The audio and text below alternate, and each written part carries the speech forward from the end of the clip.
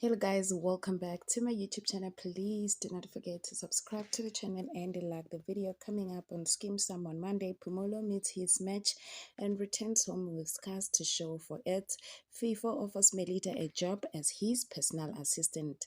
On Tuesday, a celebration takes a scary turn when someone from the past shows up unexpectedly. Mr. Q manages to impress Mrs. Homu and Charles, but Alfred unjustly takes the credit.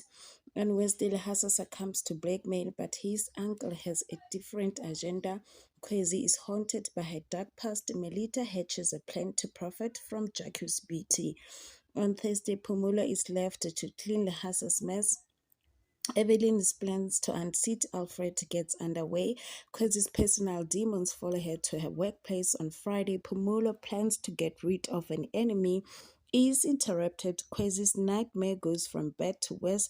Mr. Homer returns home devastated after visiting his daughter's grave.